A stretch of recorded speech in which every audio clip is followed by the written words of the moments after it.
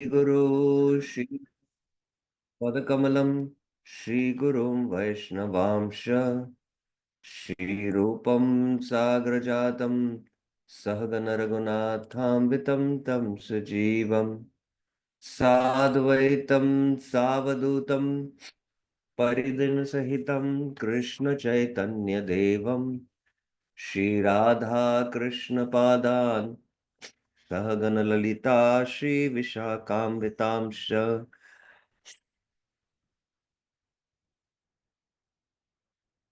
नम ओम विष्णुपादाय कृष्णपृष्ठाय भूतले श्रीमते भक्तिवेदांत स्वामिन्निति नामिने नमस्ते सारस्वते देवे गौरवाणी प्रचारिणे निर्विशेष शून्यवादी पाश्चात्य देश तारिणे हे कृष्ण करुणा सिंधु दीनबंधु जगतपते गोपेश गोपिका कांत राधा कांत नमस्तुते तप्त कांचन गौरांगी राधे वृंदावनेश्वरी वृषभानुसुते देवी प्रणमामि हरिप्रिये वाञ्छाकल्पतरुभ्यस्य कृपा सिन्धुभ्येव च पतितानां पावनेभ्यो वैष्णवेभ्यो नमो नमः। जय श्री कृष्ण चैतन्य प्रभु नित्यानंद श्री अद्वैत गदाधर श्रीवासादि गौर भक्त वृंद हरे Krishna Krishna Krishna Hare Hare Hare Ram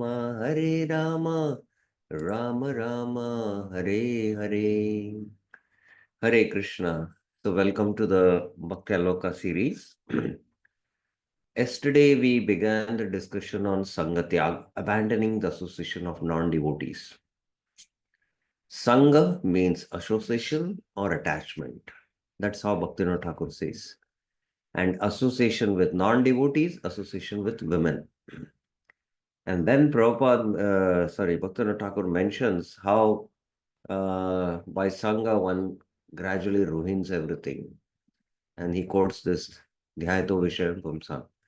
Then who are the non-devotees? The karmis, the jnanis, the yogis, and the materialists. All the four categories, the devata worshippers. So all that he goes quite into a detail. Then he comes to the association with women. How within family life also, uh, the husband should associate the wife only for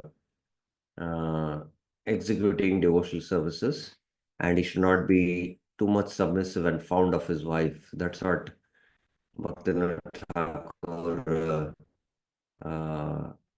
discusses there. And then that's how Bhaktivinoda Thakur proceeds with the association of women. Yesterday, quite exhaustively, we have discussed this. So now we will come to Sang in the form of attachment. Okay. Now let us consider Sang in the form of attachment. Attachments are of two kinds: attachment to prejudices and attachment for assets. Now, prejudices, as you understand, is our preconceptions about things or pre-perceptions, what we have based on our past conditionings or past experiences. But Bhaktivinoda Thakur will go quite deeper into these attachment to prejudices. And this is very deep and subtle. Attachment to assets is, quite gross, you can say. But this is very subtle. And this is what he is going to discuss in this article. First, I will discuss the attachment for prejudices. There are two types of prejudice, ancient and current. Okay, so let's come now to attachment to prejudices. And attachment to prejudices has two types, ancient and current. So now he is going to go into ancient. The conditioned living entity has been performing fruitive activities and endeavoring for knowledge since time immemorial. And the prejudices that have developed in his subtle body as a result are called ancient prejudices. So one does fruitive activities in order to enjoy this world. And because of this conception or preconception that, to enjoy we have to work, that work only is worship. So he develops this prejudice, and this he propagates for himself as a philosophy, and he propagates it to others. And these are samskars in the subtle body. These are samskars in the subtle body. Yep. Those prejudices are known as one's nature. So everyone has his own philosophy based on his own conceptions, preconceptions. And that is one's swabhava. As stated in the Bhagavad Gita, na kartrutvam na karmani lokasya shrujati prabhu na karma phala samyogam sabhavastu pravartate. Based on sabhav, he acts. The embodied spirit soul, master of the city of of his body, does not create activities. Na kartrutvam na karmani. Nor does he induce people to act. Nor does he create the fruits of his action. Na karma phala sanyogam. All these are enacted by the modes of nature. Swabhavas tu pravartate. So everyone is conditioned by the one's own nature, and that propels him to do. It's not that the Lord, pushes one to do. It's some swabhava.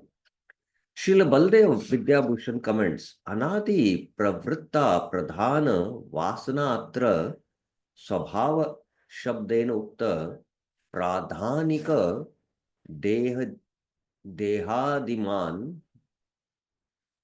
जीव कारयिता कत्ता चेति न विविक्तस्य तत्वम इति.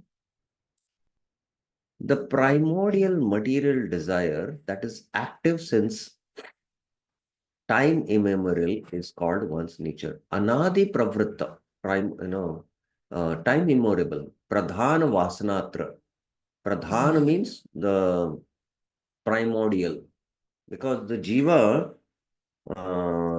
because he has this desire to enjoy, so this is there since the dawn of creation. That's why Mahavishnu glances at Pradhan. So that primordial desire he's speaking about. Pravritti Pradhan Vasanatra. Vasana means the desire. Swabhava Shabdokta is called one's nature. It's called one's nature. Due to such a desire, the living entity is supplied with material bodies and other paraphernalia. Because he has this desire to enjoy, that's why Pradhanika Deyadiman Jiva. He is given a Deha. False identification with the bodies causes one to act. Jiva Karita Karta Cheti, and causes others to act, although it is not the pure soul's real constitutional nature. Cheti na viviktasya tattvam iti. So the real pure constitutional nature of the soul is to act in loving devotional service to the Supreme Lord. That is pure bhakti. That is bhakti vasana. It is pure vasana of the soul. But this desire to enjoy is the real vasana. So this is why he's giving this reference of one's nature, swabhavastu pravartate. Again from the Bhagavad Gita, 1860. Sabhava jena kaunteya nibaddhasvena karmana kartum nechasi yanmohat karishyasya avashopi tat. Under illusion, you are now declining to act according to my direction, but compelled by the work born of your own nature. Swabhava jena. Kaunteyo, O Kunti. Nibaddha svena karmana, you will be bound to act according to your nature because you are Kshatriya Arjuna. You will act all the same, O son of Kunti. So, acting according to one's own nature is karma, which will bind. But acting according to the Lord's dictation is pure bhakti. So, that's the difference. Regarding the bondage of prejudice of knowledge, the Bhagavad Gita says, now this, based on this sabhava conditioning, uh, there is karma we do, and there is also prejudice of knowledge, gyan. So there are these two aspects. One is propelled to act, do karma, and one has a certain conception that this is real happiness. So this knowledge, prejudice of knowledge is being discussed here. Tatra sattva nirmalatvat prakasham anamayam sukha sangena badnati jnana sangena chanaga. O sinless one, the mode of goodness being purer than the others is illuminating, nirmalatvat, prakasham, and it frees from all sinful reaction, anamayam, it is pure. Those situated in that mode become conditioned by the sense of happiness and knowledge. Sukha sangena badnati, jnana sangena chanaga. Srila Baldev Vidyabhushan comments, Jnani aham, sukhi aham, iti abhimanas tena purusham nibadyate. I am wise, I am happy. By this pride, iti abhimana, the living entity is bound by goodness. So again, because of his nature of conditioning of goodness, he thinks I have knowledge, I am happy, because he's free from sin, anamayam, and that's why he feels happy. So this is prejudice due to knowledge. People's association with karma and gyan is a result of attachment born from the prejudice of one's nature that is produced from past karma and gyan. The past karma and past gyan produces these prejudices. In the previous verse, the Mayavadi's bondage of gyan is displayed. So Mayavadi, Sukha Sangena Badnati, he is bound. Regarding the karmis, the Bhagavad Gita says, Na buddhi vedam janayet agyanam karma sanginam joshayet sarva karmani vidvan yukta samacharan. So as not to disrupt the minds of the ignorant man attached to fruitive results of prescribed duties. Agyanam karma sanginam. A learned person, vidwan, should not induce them to stop work. Rather, by working in the spirit of devotion, yukta, he should engage all sort of activities for the gradual development of Krishna consciousness.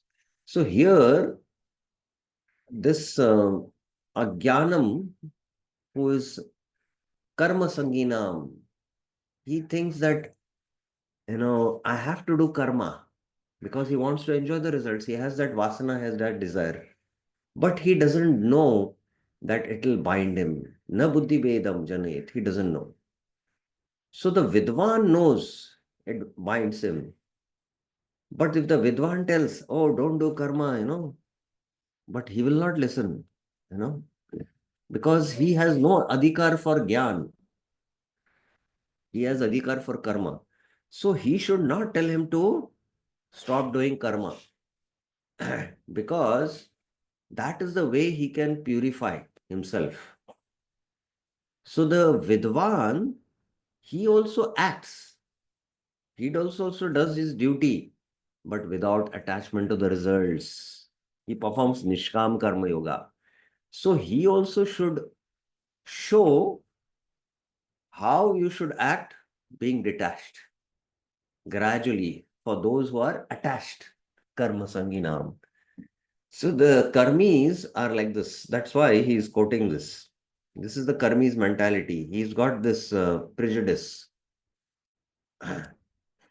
From ancient prejudices, one develops association with karma and gyan.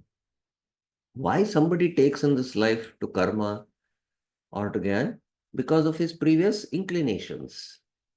Association with these ancient prejudices is inevitable. Despite all attempts up to suicide, one cannot give up one's prejudices. Very heavy statement of Bhaktivinoda Thakur. Despite all attempts up to suicide, one cannot give up one's prejudices because of these vasanas, which are very strong.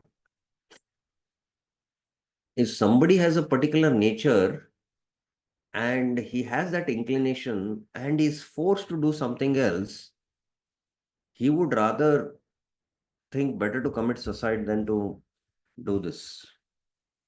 So that's why Bhaktivinoda Thakur is making this statement. The prejudices or attachments for good and bad attained in this life due to association are called modern prejudices. So even in this life, based on our Sanga, we get, we get good association, then, we go in the right direction, or bad association, we can develop those bad vasanas, and that will become part of our nature. So this is because of, the vasanas and impressions which you have got in this life. So they are called as modern prejudices. Everyone in the world is under the control of these two kinds of prejudices. When a living entity is not bound by Maya, then by nature he is a servant of Krishna. Being bound by Maya, the living entity cannot give up ancient and modern wicked prejudices. These are wicked prejudices. At that time, ancient wicked prejudices become his second nature. So that's his second nature. Only sadhu sang can reform the attachment to prejudices. So, Sanga Tyāgāt, we have to give up our prejudices, which we have acquired from ancient and modern. Sadhu sang is the only remedy for this disease. Unless one reforms his attachment to prejudices, one cannot attain perfection in devotional service by any means. I am giving you some example. Suppose somebody in the previous life was attached to karma shastras, the dharma shastras, or the varnashram dharma, and his basic scripture was the Mahabharata, about. And in this life, he comes in association with devotees, takes up to bhakti, but those ancient prejudices he cannot give up. He cannot give up. And of course, Mahabharata is also a dharma shastra, but it is speaking of dharma, artha, and kama. Whereas the Bhagavad is a pure devotional scripture which deals with Panchama Purusharth.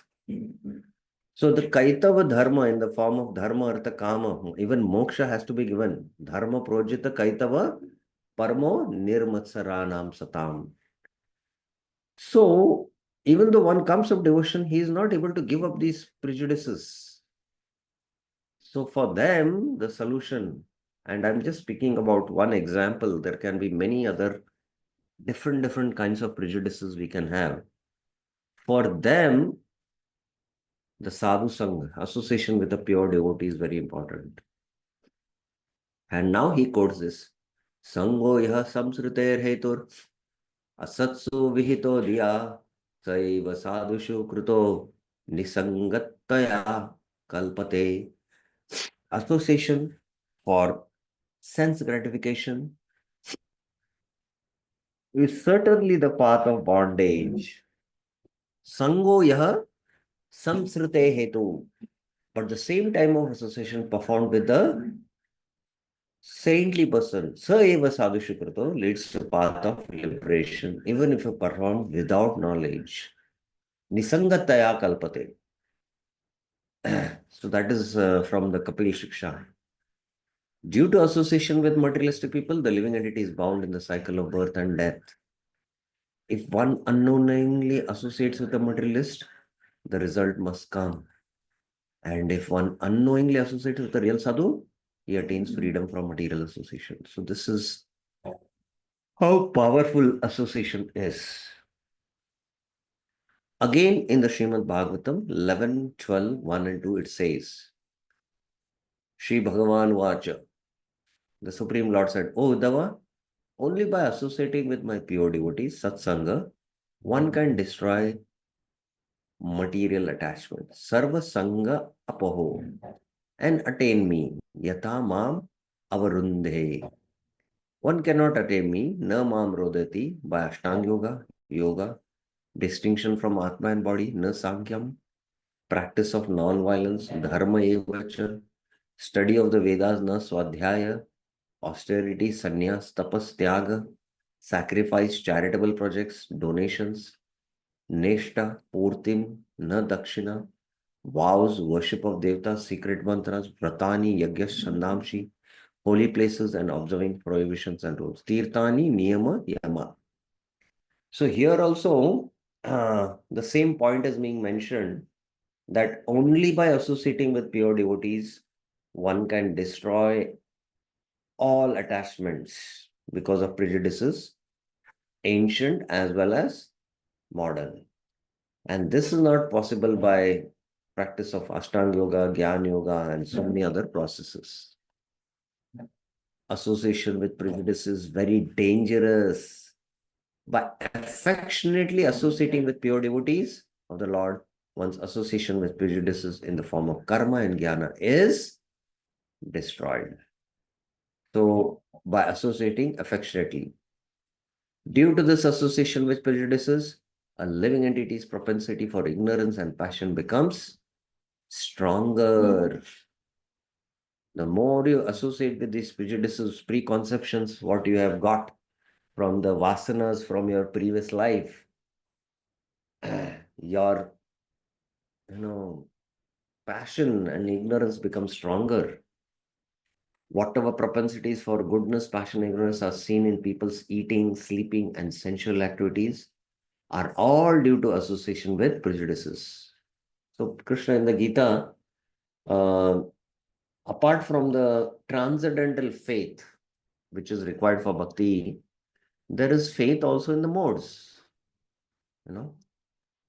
Swabhaviki Shraddha it is called. And that is why they worship these devatas and all. So how to understand one's faith is in goodness, passion or ignorance? See their eating activities. What kind of foods they like, whether it is sattvic, rajasic or tamasic. So all these propensities of eating, sleeping, sensual activities are all because of they are having faith in goodness, passion or ignorance. That's the point. Karmis and Gyanis disrespect Vaishnavas only due to this attachment for prejudices. Because they think karma is pradhan and they neglect the devotees. Up until the attachment to prejudices is destroyed, then the 10 offenses in chanting will not be uprooted. So if you don't destroy this attachment to prejudices, you will not be able to uproot the 10 offenses. Offenses at the feet of sadhus is due to being proud of one's karma and gyan. The offense in chanting in the form of blaspheming devotees enters the heart of non-devotee and takes up residence there. Worldly attachment is contrary to acceptance of Krishna's undistributed supremacy, and it therefore does not allow the unfortunate living entity to fully surrender to the Lord. Because you are attached to this world and the things of this world, so you cannot fully surrender to the Lord. Thus, disobeying the spiritual master, blaspheming the Vedic literatures, interpreting the holy name, considering the chanting of the holy names as equal to pious activities offered in the Vedas, committing sinful activities while pretending to chant the holy name, aversion due to conceptions of I and my, selling the holy names to unfit persons, all these offenses against the holy names continue. So Bhaktivinoda Thakur is basically giving the 10 offenses, Guru Ravagya and Shruti Shastra Nindanam, like that. In such a condition, how can one be benefited? Therefore, it is said, Asadbhi sahasangastu na kartavya kadachana yasma sarvartahani syad adapatas tajayate. One should never associate with a materialistic person, for by doing so, all one asset, all by doing so, all one's assets are lost and he falls from his position. Assets means spiritual assets here. It has been seen that many fortunate souls have given up attachment for prejudices by association of pure Vaishnavas. From the scripture, it is well known that by the association of Sri Narad Muni, the hunter, Brigari, and Ratnakar Valmiki attained auspiciousness. So, what was the prejudice of Brigari? Anyone? Think about it. What prejudices he had?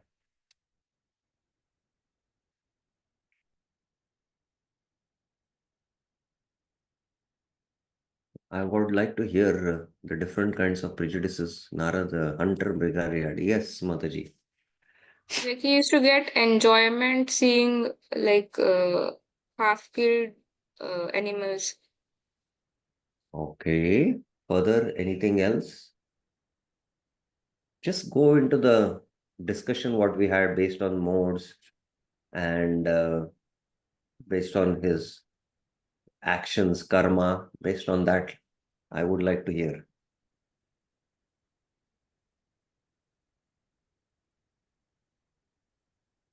What kind of prejudices Brigari had? Anyone else?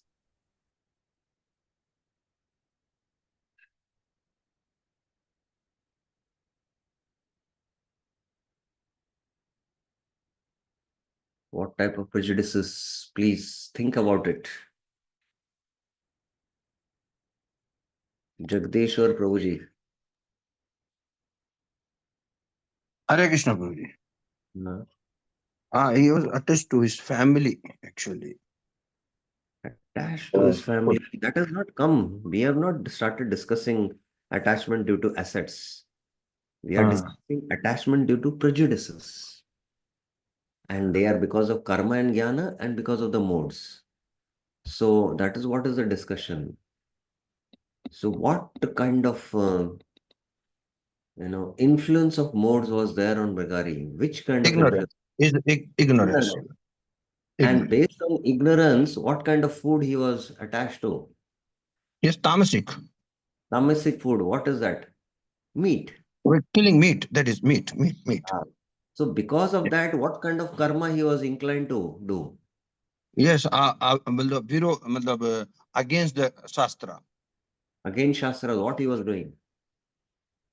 Killing the animals. Animals. Hunting. That was, he had karma.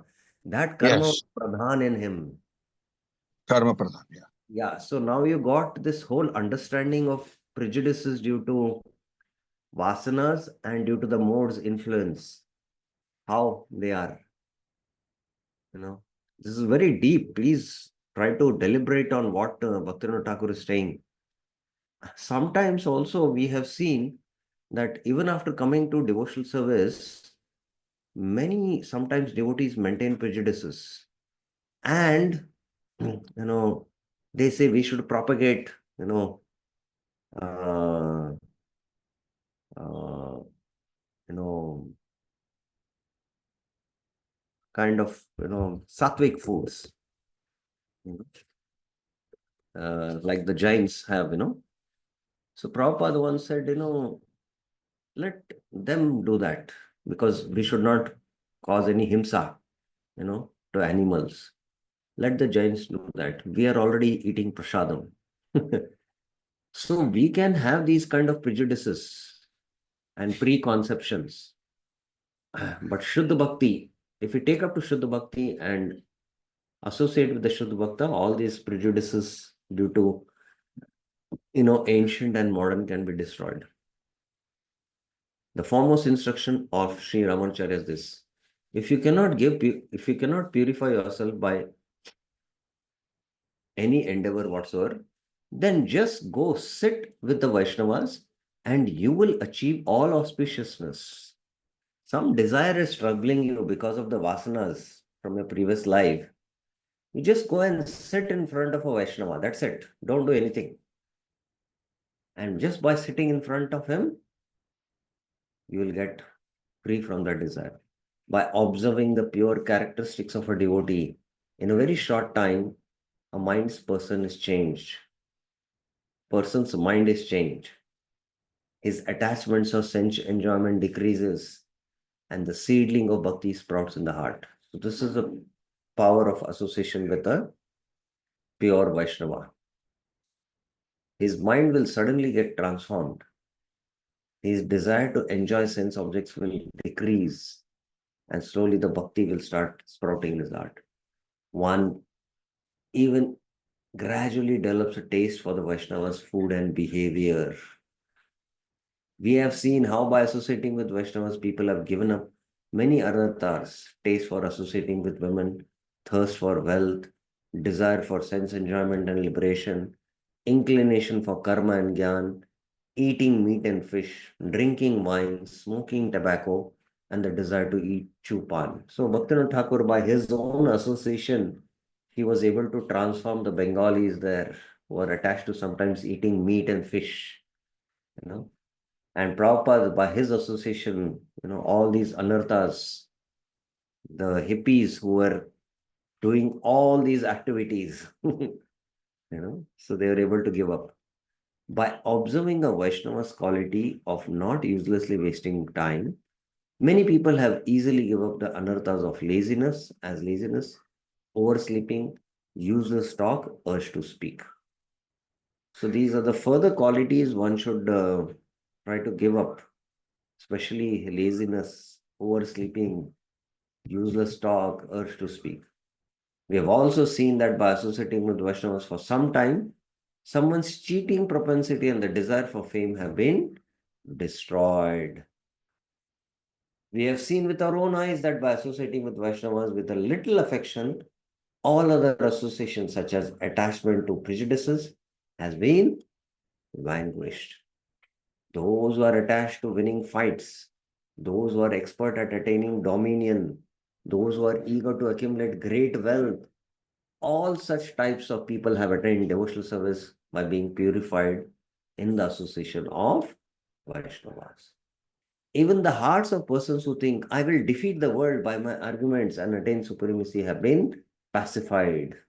Ishwar Aham, that mode is very strong in the passion persons.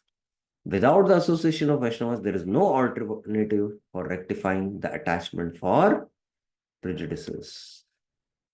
Okay, so that's how Bhaktivinoda Thakur completes the discussion on prejudices. Now, yes, Nandini Mataji, you have a question?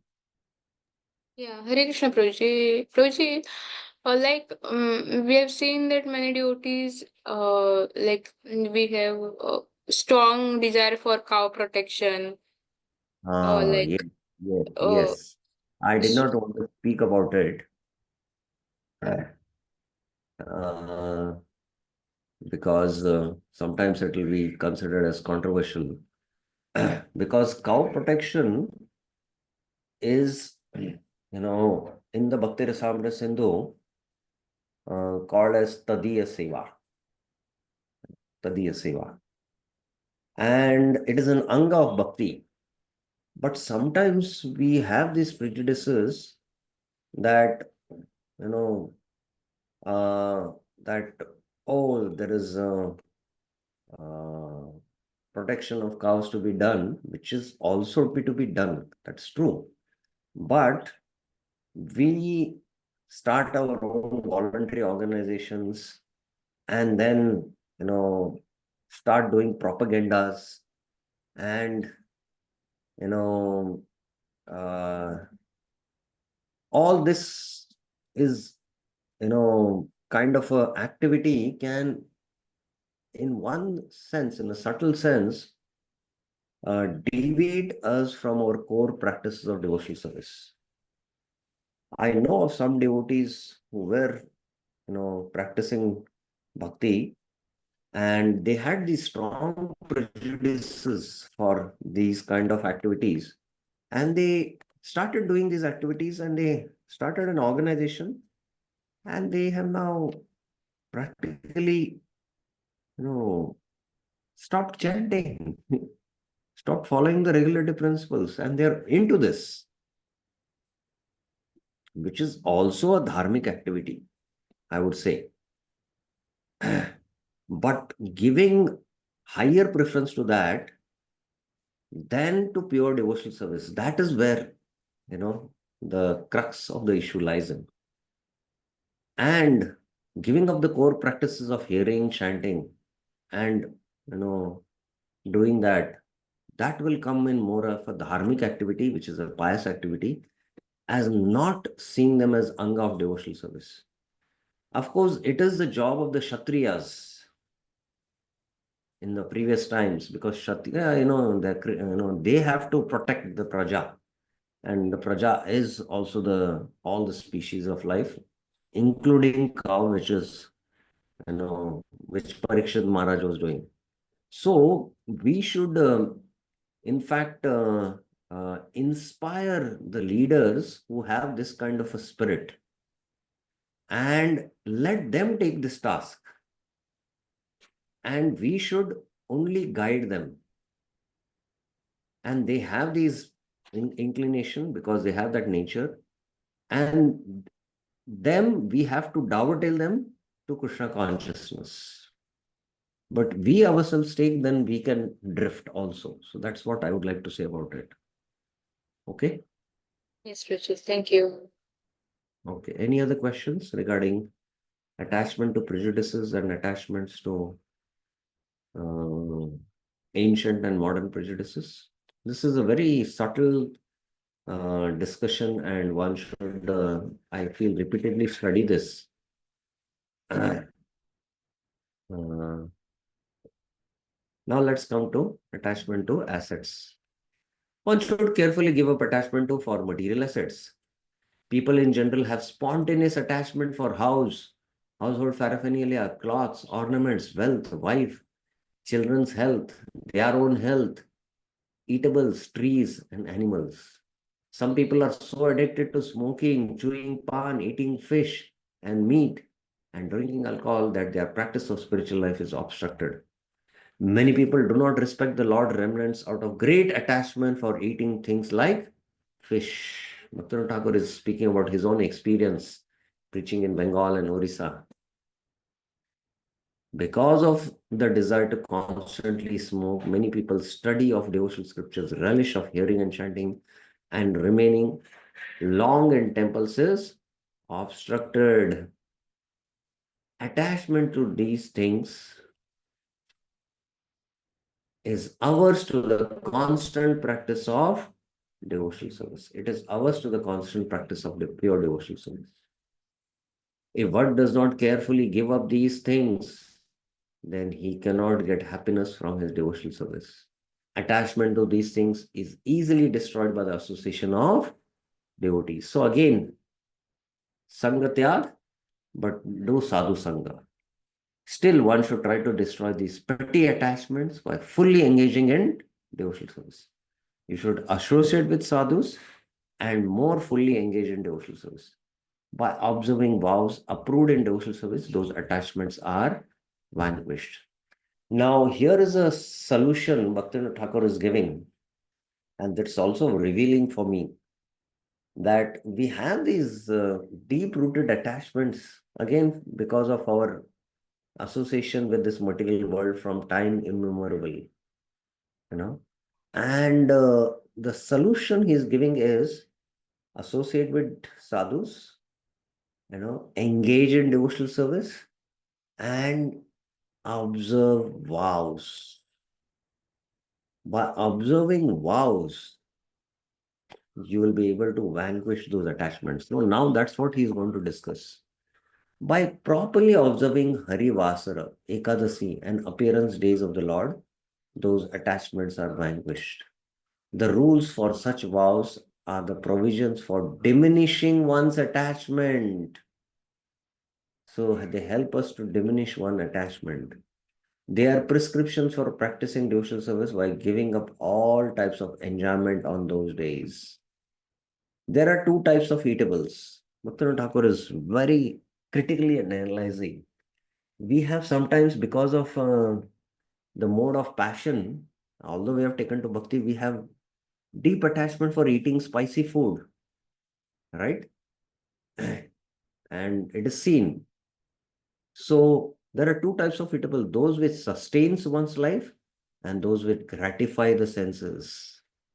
So Prabhupada recommends that we should have sattvic ahar in the mode of goodness, and that should be offered to the Lord because the ayu sattva bala, they increase the life and they increase sattva and they give strength, bala. That is the mode of goodness food. So in the Bhagavad Gita, Krishna explains. One second, let me discuss. This is very important because although one takes up to devotional service for many years, one cannot give up attachment to eating based on one's nature, foods.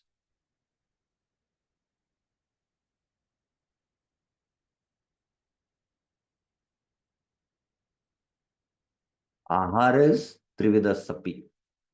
Ahar is in three modes. Yes. Ayu Sattva Balarogya. Sukha Priti Vivardhana. It increases the duration of life, existence, Sattva, Bala, and Arogya, health. And it is Sukha Priti Vardhanam. So such foods are juicy, fatty, sthira, and Ridha, pleasing to the heart.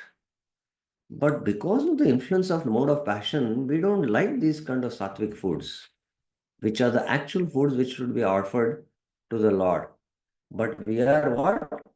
Katva, Amla, Lavada, Ati Ushna, too spicy, Tikshna, they are very pungent, Ruksha, they are dry, dry items they like to eat, fried items, Vidahina, burning. And this is Ahara, Rajasa, it is in the mode of passion. They are very palatable, but actually they are Dukkha, Shoka, Amaya, Prada. While eating, you feel Dukkha because you're perspiring because of the pungent food. And then after 1 or 2 hours, stomach is troubled night. You'll have to get up, go to clear your stomach. There is shock, misery. Why did I eat? And then later on, there is disease on the long period, but still you like. So this kind of food, which is to gratify the senses, there are these two categories. So devotee should eat that which sustains one life. But to give this up is not so easy, and I've seen this for many, many years. Devotees cannot give up this. Eating greens and drinking are life-sustaining. Fish, meat, pan, intoxicants, and smoking are all for gratifying the senses. On days of woes, unless one totally gives up sense-gratifying items, it is not a vow. As far as possible, life-sustaining items should also be given up. So on vows, Ekadasi, Janmashtami, according to prescribed needs of one bodily condition, one must try as far as possible to reduce the acceptance of life-sustaining eatables also. So one, even the sattvic food, he should reduce and increase his bhajan.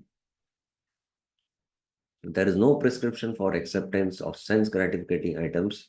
The only prescription is to reject them. So especially the Rajasic foods are also sense-gratifying items, even if it is prasad which is offered to the Lord. One should eat food which is ayu sattva bala arogya. One of the limbs of the vrata is to diminish the devotee's propensity for enjoyment. So by eating foods and fasting, we can diminish that propensity to enjoy. If one thinks today some or other I will renounce, but tomorrow I will enjoy profusely, then the purpose of the vow will not be successful. I remember once one devotee was very much attached to eating sweet rice. And in the Kartik month, he decided to fast. But he was always contemplating one Kartik will get over. And when Kartik got over, an entire pot of sweet rice was offered, kept on the terrace, and next day morning, the breakfast was just sweet rice, nothing else. And they just pounced upon it. So the vow, purpose of the vow is defeated. The reason it is that vows have been prescribed to give up association of such items by gradual practice. Vows are usually for 3 days. So take a vow for 3 days not to eat sweet rice. Just practice it for 3 days. First by practicing for 3 days, then by practicing for 1 month, then by practicing for 4 months, Chaturmasya.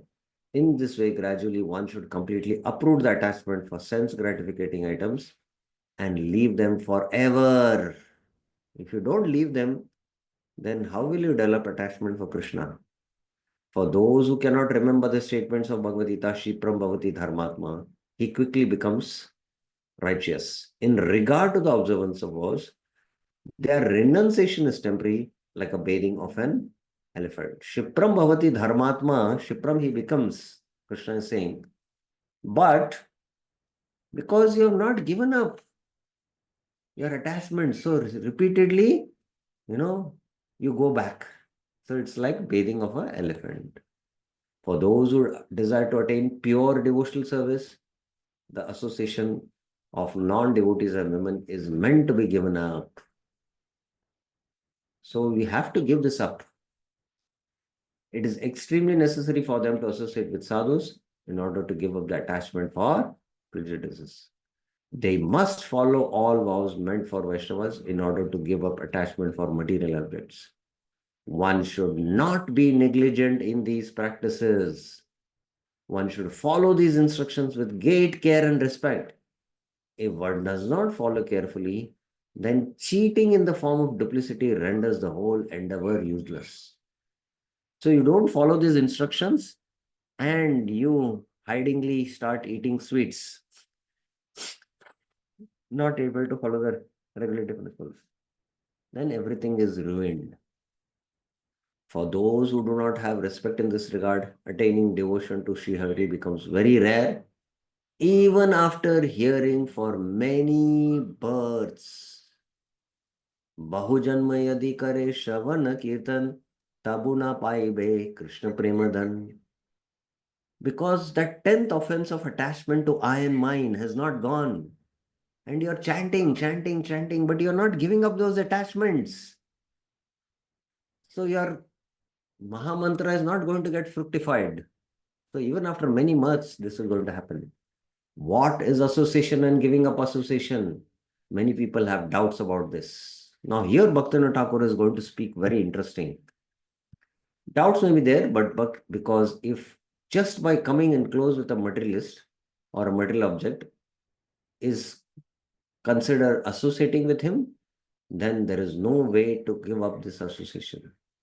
It is not considered association, just coming up in near to a materialist or material object.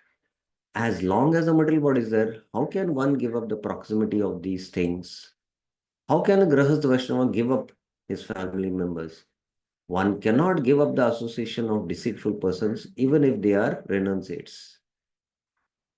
One will have to come across materialist in one's life, whether one is a Grahastha or a renunciate.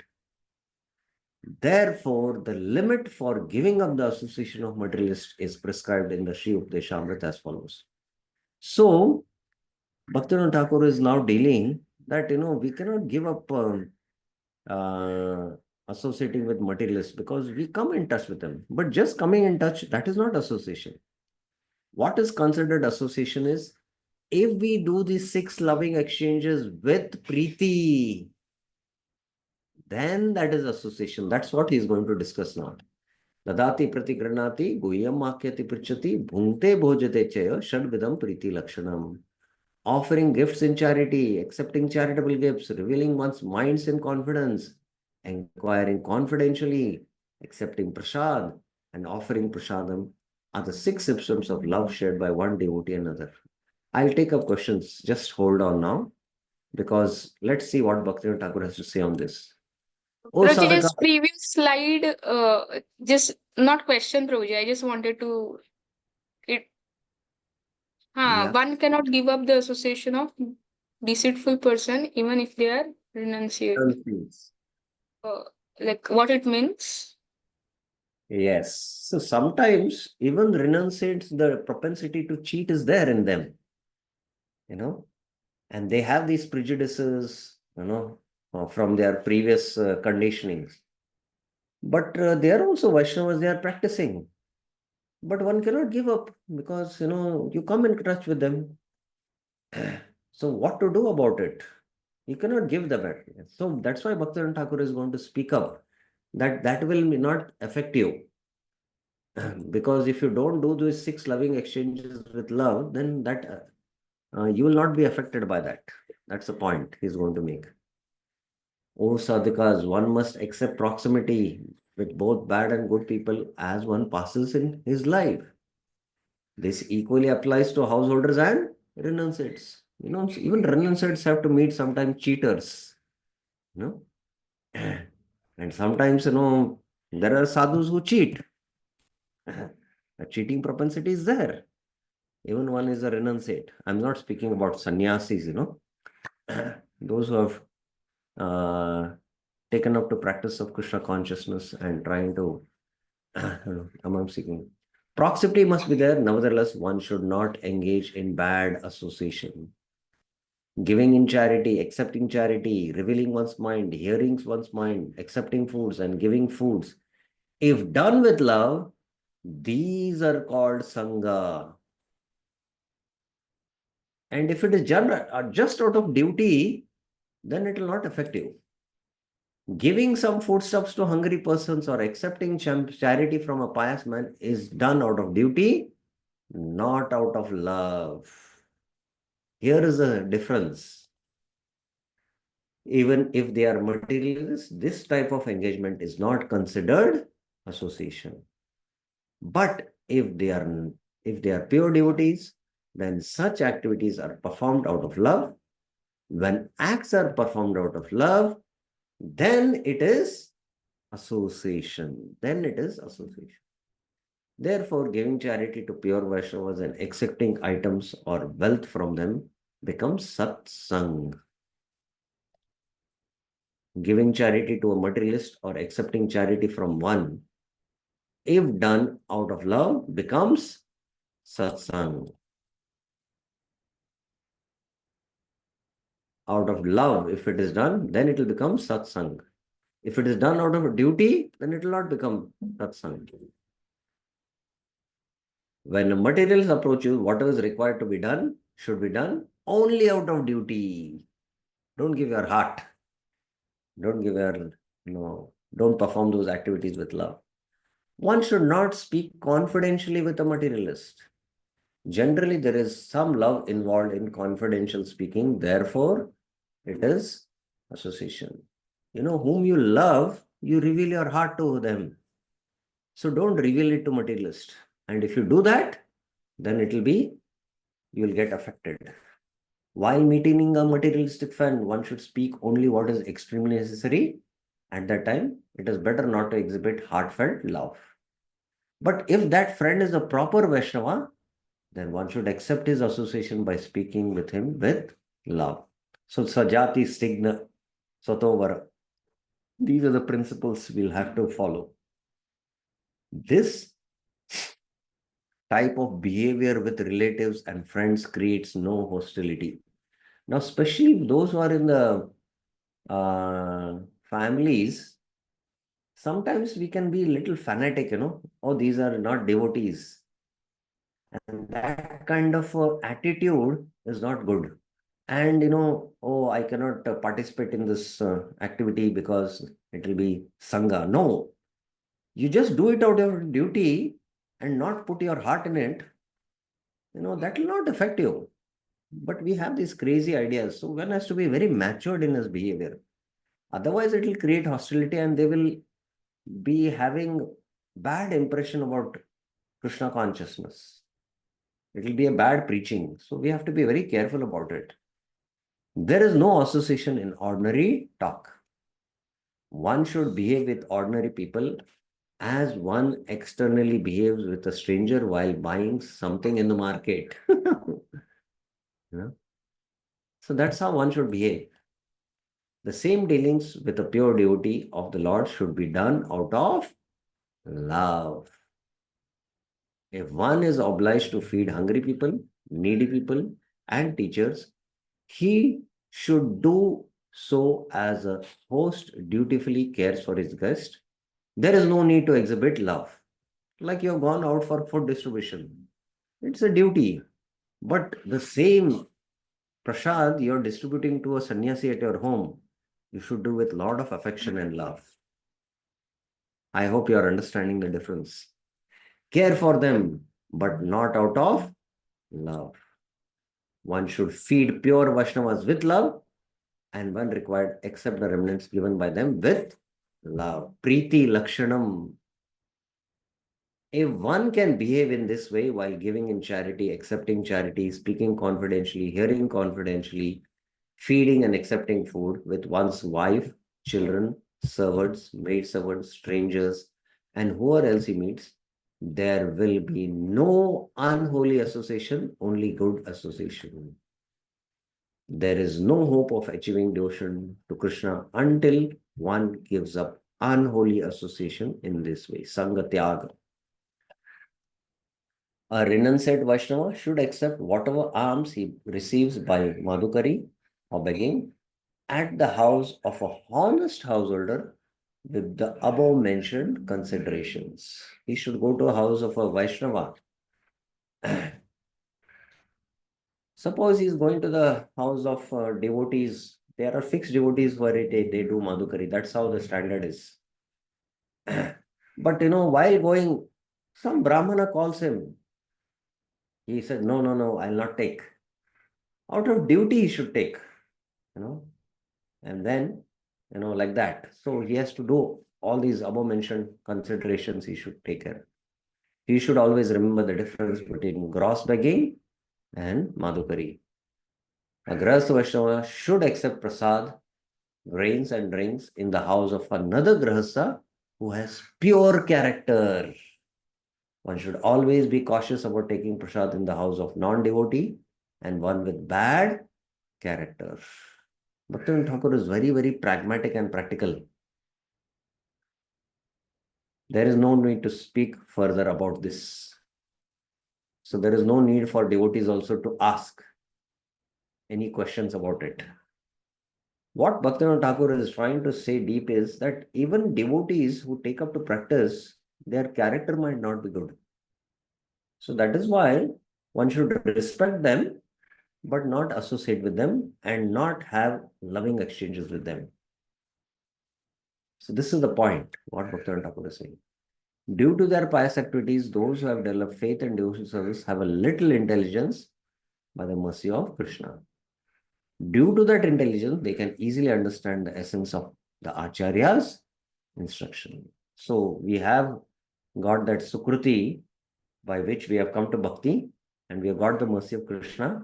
And by the mercy of Krishna, we should understand what Bhaktivinoda Thakur is trying to say here. Therefore, only a few words are needed to instruct them. Those who have no pious credits have no faith. And if they are given volumes of instruction, they will not understand a thing. Therefore, Srila Rupa Goswami has given only a few words of instruction in Sri Updeshamrit, Sanga Tyāgāt. That's how Bhaktivinoda Thakur ends this discussion on Sanga Tyāgāt. This is actually a very profound and deep article. One should really deliberate on each of these statements.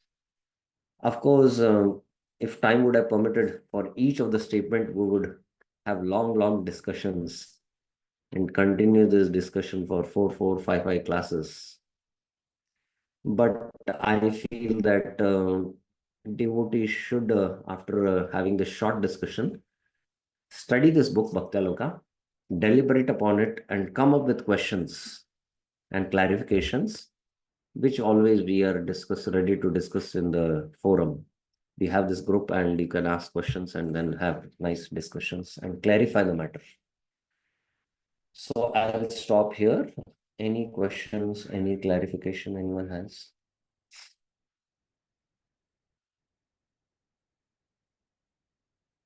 Anything which we could not grasp? I just went through quickly all the points, but I think the essence was very clear that even with materialist and relatives, friends, one should associate just out of duty and not do out of love. When we do with pure Vaishnavas, we should do it out of love. And that's how we'll not get affected. And you'll be able to follow this principle of Sanga Tyāgāt. Yes, Nandini Mataji. Prabhuji, can you please explain the part of prejudice once again in a summary, just like how you explained Sangatya? Prejudice, basically what prejudice means that based on one's vasanas, which are part of our subtle body, we have some preconceptions. We have some preconceptions. And based on that preconceptions, we are attached to those preconceptions. And this is what attachment due to prejudice is. This is because of karma, and because it can be also because of knowledge. Because we are having the vasanas of sattvic impressions, we think, sattvic food, gives us pleasure and gives us happiness. So we consider that as better. And somebody who is not in devotion, he thinks, he doesn't value prasad. So this attachment to prejudices becomes an obstacle. It can be because of the modes and because of preconceptions of karma and gyan, the philosophy. And sometimes because of that, even when we come to devotion, we hold on to these prejudices. And as long as one doesn't give up this jnana karma de anavritam, pure bhakti is that. So these become an obstacle, and these are very deep rooted because for millions of lifetimes we have all these impressions of vasanas in our subtle body. So the only way to give up these is by association with pure devotees. Sometimes, as I give the example of Mrigari, he had, tamasic vasanas. So he had attachment to food, which was meat. And that is why he was doing karma of killing animals. So he thought that is only my dharma of karma of doing hunting. So he had to give up these prejudices. And it's only by the mercy of association of pure Vaishnava like Narad Muni he was able to give up. So similarly, we have a lot of subtle prejudices due to attachment of previous conditionings and modern, which we come in this world. And one has to carefully understand what they are. And by association with sadhus, one should give up that. And especially here, Bhaktivinoda Thakur is mentioning, about foods also.